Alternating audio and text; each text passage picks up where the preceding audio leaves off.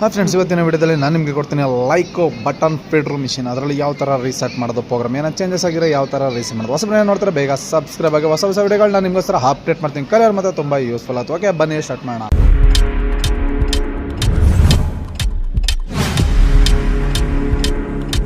First ನಾನು program ತೋರಿಸ್ಬಿಡ್ತೀನಿ. ನಾನು ನಿಮಗೆ 22.88 ಇದೆ. ಓಕೆ, ಅದರಲ್ಲಿ ಇವಾಗ 15.00 ಬಂದರೆ ರೀಸೆಟ್ ಆದಂಗೆ ಲೆಕ್ಕ. ಓಕೆ, ಇವಾಗ ನಾನು ಮಿಷಿನ್ ಆಫ್ ಮಾಡ್ತಾಯಿದ್ದೀನಿ. ಓಕೆ, ಆಫ್ ಮಾಡಿದ್ಮೇಲೆ ಯಾವುದೇ ಕಾರಣಕ್ಕೂ ಮೇಲೆ ಬಟನ್ ಇರಬಾರ್ದು. ಓಕೆ, ಕ್ಲಿಯರ್ ತಿಳ್ಕೊಳ್ಳಿ. ಇವಾಗ 0 ಇಟ್ಕೊಂಡು ಮಿಷಿನ್ ಆನ್ ಮಾಡಿ. ಫುಲ್ ಲಾಂಗ್ ಇಟ್ಕೊಳ್ಳಿ, ಯಾವುದೇ ಕಾರಣಕ್ಕೂ ಬಿಡಬೇಡಿ. ಓಕೆ, ಇವಾಗ ಚೇಂಜ್ ಆಗಿದೆ ನೋಡ್ಬೋದು, 15.00. ಓಕೆ, ಅದಾದಮೇಲೆ ನೀವು ಇಲ್ಲಿ ಒಂದನ್ನು ಪ್ರೆಸ್ ಮಾಡಿ. ಇವಾಗ ಬಟನ್ ಸೆಟ್ಟಿಂಗ್ ಕೇಳುತ್ತೆ. ಬಟನ್ ಸೆಟ್ಟಿಂಗ್ ಅಂದರೆ ನೀವು ಬಟನ್ ಮೇಲಿಡಿ, ತೆಗ್ದಿರ್ತಲ್ಲ ಬಟನಲ್ಲಿ ಇಟ್ಕೊಳ್ಳಿ, ಯಾವ್ದು ಬೇಕಲ್ಲಿಗೆ.